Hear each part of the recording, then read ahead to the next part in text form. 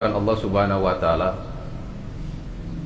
hampir daripada sekarang 9 miliar manusia semua berhajat kepada keinginan hawa nafsunya. Dan hanya beberapa persen saja yang menggunakan hajatnya, keinginannya terhadap hidayah. Kebanyakannya orang pengen memenuhi hawa nafsu. Pengen punya rumah, dikasih satu rumah, pengen dua rumah, dikasih satu motor, pengen mobil. Sedikit orang yang berhajat kepada hidayah. Dan keinginan-keinginan tersebut, hadirin yang mulia, akan membuat dirinya semakin sulit keluar untuk mendapatkan hidayah. Jika seseorang hanya memenuhi daripada keinginan hawa nafsunya, maka dia akan semakin sulit untuk mendapatkan hidayah. Untuk memuaskan hawa nafsu ini, hadirin yang mulia, maka seperti halnya kita meminum air laut, bukan hilang hausnya, tapi yang ada makin haus. Tapi ajib, dengan tuan-tuan, saudara-saudara yang dimuliakan oleh Allah Subhanahu wa taala, keluar daripada kehidupan dunia belajar untuk menyempurnakan iman dengan keluar 3 hari ini, maka hajat-hajat kita pun berubah. Yang tadinya nggak kepikiran anak, istri, dulu majak mikirin ini, tapi keluar 3 hari pikirannya amal-amal agama terus. Karena apa? Karena Allah Subhanahu wa taala kembalikan lagi ke track hidayah, kembali lagi kepada jalan hidayah. Dan inilah jalannya para nabi dan para rasul, di mana mereka membawa kembali seluruh umat manusia hanya untuk mendapatkan hidayahnya Allah Subhanahu wa taala dengan usaha pengorbanan. Jadi Masya Allah, ini teman-teman Musaji itu yang keluar ini, Allahu Akbar, bukan pengorbanan yang kecil, pengorbanan yang besar. Meninggalkan anak dan istri, Masya Allah. Kita nggak tahu hari ini keadaan anak istri kita seperti apa, tapi kita titipkan semuanya kepada Allah Subhanahu wa taala, bagaimana pengorbanan kita agar diterima oleh Allah Subhanahu wa taala. Karena untuk memahami daripada agama ini dibutuhkan pengorbanan. Nggak bisa orang mau belajar ngaji di rumah terus, susah dia kalau nggak tahu daripada huruf-huruf hijaiyah. Dia belajar dari YouTube, lama nggak ada berkahnya. Tapi dengan dia mujahadah, datang ke majelis taklim, datang kepada seorang ulama untuk belajar daripada Al-Quran, selain mendapatkan keberkahan daripada ilmu, maka dia akan difahamkan kepada agama. Karena ada mujahadahnya, ada pengorbanannya. Dan pengorbanan ini, hadirin yang mulia, hanya akan didapatkan dengan cara mujahadah. Sudah mujahadah 3 hari melawan hawa nafsu, pengen itu pengen ini, ditahan di masjid, Masya Allah. Nanti Allah akan ganti dengan hidayah. Maka usaha pengorbanan ini tidak akan pernah menyelisihi daripada hasil. Sekecil-kecilnya pengorbanan di jalan Allah, maka akan ada hasil yang besar yang akan diberikan oleh Allah Subhanahu wa taala terhadap diri kita. Ada satu orang anak, Masya Allah, ayahnya jualan es potong. Ini anak pagi-pagi minta ke bapaknya, "Ayah," katanya, "minta uang 20.000. Buat apa, Nak?" "Buat beli mainan." Ayahnya karena melihat yang minta anak kecil dikasih uang 2.000. Kan zaman sekarang anak kecil tahu ya 2.000 sama 20.000. Marah itu anak kecil, diambil, disobek-sobek sama dia, akhirnya dibuang ke tempat sampah di belakang rumah. Ayahnya senyum sambil berair matanya, Masya Allah.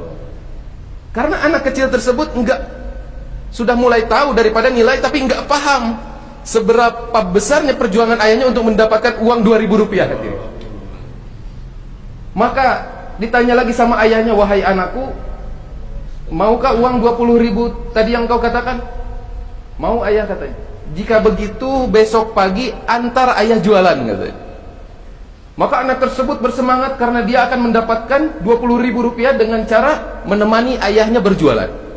Pagi hari dia sudah siap membangunkan ayahnya. "Wahai ayah," katanya, "aku mau diajak jualan." Masya Allah. Itu ayahnya bergegas membawa es potong banyak. Yang satu potongnya itu dijual dengan harga 2.000 rupiah sepotong. Es lilin 2.000. Masya Allah. Maka diajak berjualan itu anak, pergi dari satu kampung ke kampung yang lainnya. Menjelang waktu duha, hadirin, 2-3 jam, ternyata nggak ada yang beli. Nggak ada yang membeli satupun itu es potong.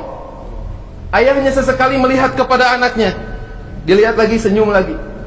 Hadirin, beranjak waktu semakin cepat, datang kepada waktu duhur, maka anak tersebut mulai memegang daripada perutnya.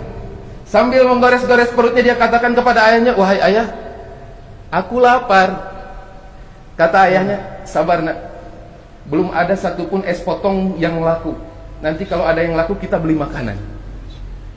Maka mendengar daripada perkataan ayahnya, anak tersebut belajar sabar. Namun hadirin, perkara perut ini bukan perkara yang biasa. Orang kalau lapar hilang akalnya hadirin. Ternyata menjelang waktu asar pun tidak ada satu orang yang membeli itu es potong. Masya Allah.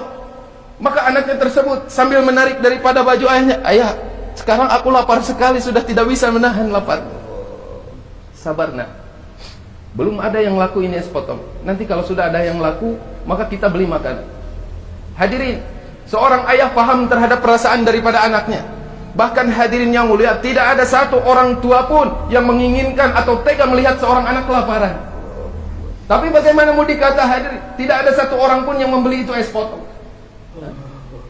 Maka menjelang maghrib hadirin yang mulia, Allah kirimkan daripada beberapa orang dan menghantarkan rezekinya hadirin.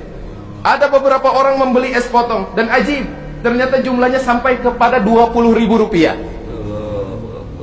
Masya Allah. Maka ayahnya begitu senang ketika maghrib. Maka anak tersebut mengatakan, wahai ayah, sudah mau gelap, kita pulang saja ke rumah. Maka ketika pulang, itu uang yang satu hari hadirin diberikan langsung kepada anaknya tadi. Anakku, ini uang yang kita dapat, 20.000 rupiah, sesuai dengan keinginanmu. Maka kamu gunakan untuk membeli mainan. Ajib hadirin yang mulia. Maka anak tadi yang meronta-ronta ingin membeli daripada permainan dengan harga 20.000 rupiah, maka perkataannya berubah seketika dan mengatakan kepada ayahnya, wahai ayah, aku sudah tidak ingin lagi membeli mainan. Kenapa, kata ayahnya? Aku hanya ingin membeli makanan. Terus kamu kenapa nangis, katanya? Kenapa kamu nangis? Maka anak tersebut lari ke belakang rumahnya mencari daripada tong sampah di mana uang tadi disobek-sobek 2.000 rupiah. Diambil sama anak tersebut, pakai lem, pakai solatif, ditempelkan, dibawa kepada ayahnya. Ayah, maafkan aku, ayah, maafkan aku.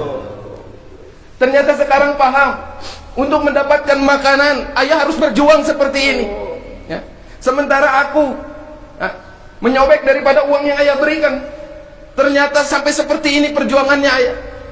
Ayah, maafkan aku, maafkan aku. Hadirin yang mulia, ini kisah bukan sebenar-benarnya kisah, tapi memberikan pelajaran terhadap kehidupan diri kita. Bagaimana anak sekecil itu hadirin akan paham terhadap nilai daripada 2.000 rupiah ketika dia mau bermujahadah menahan lapar hadirin. Berkorban. Pikirannya yang pingin daripada permainan, Allah alihkan asbab pengorbanannya menjadi pengen makanan. Bahkan mencurahkan perhatiannya kepada uang yang 2.000 tadi hadir. Jadi tahu nilainya. Karena apa? Karena paham. Kenapa bisa paham? Karena berkorban hadir. Orang keluar 3 hari mujahadah, gak kenal sama agama, dikasih agama dulu disobek-sobek. Ayo ke masjid, lu aja sendiri. Ayo sholat, lu aja sendiri. Seakan-akan agama disobek-sobek hadirin, dibuang ke tempat sampah. Tapi ajib, orang pulang keluar 3 hari mujahadah, berkorban meninggalkan daripada anak dan istrinya hadirin. Maka orang keluar 3 hari tidak lagi ingin menyobek-nyobek daripada agama.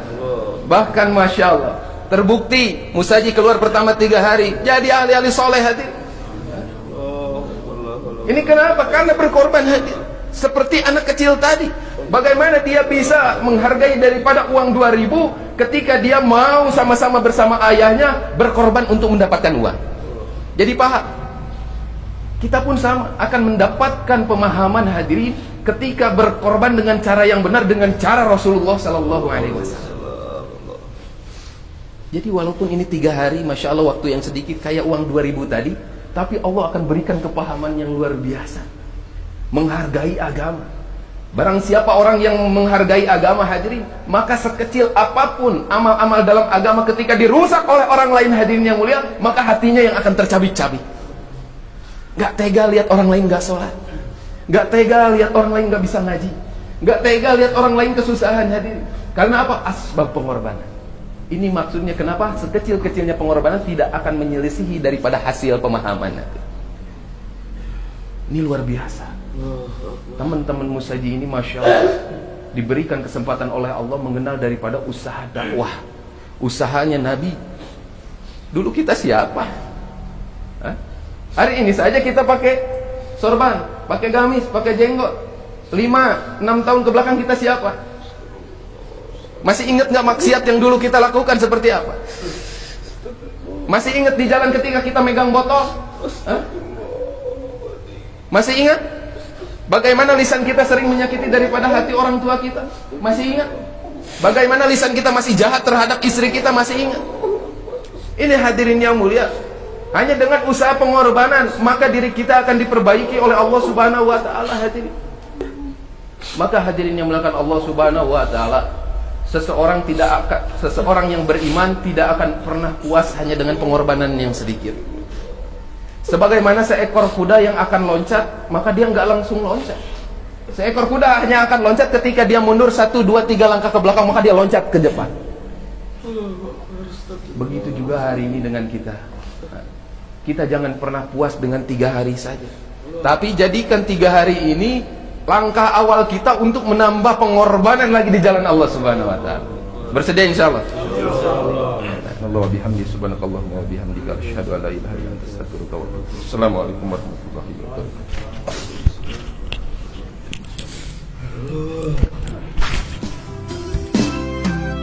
Dakwah maksud hidup, hidup dalam dakwah, dakwah sampai mati, mati dalam dakwah.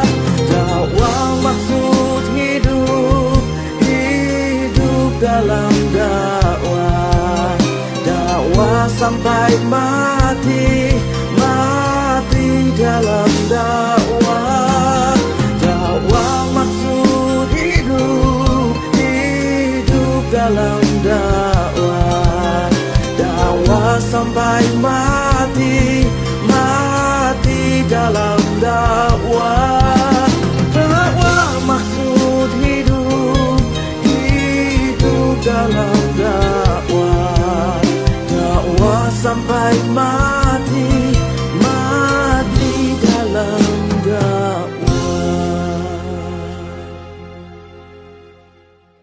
Dakwah maksud hidup, hidup dalam dakwah, dakwah sampai mati, mati dalam dakwah. La ilaha illallah.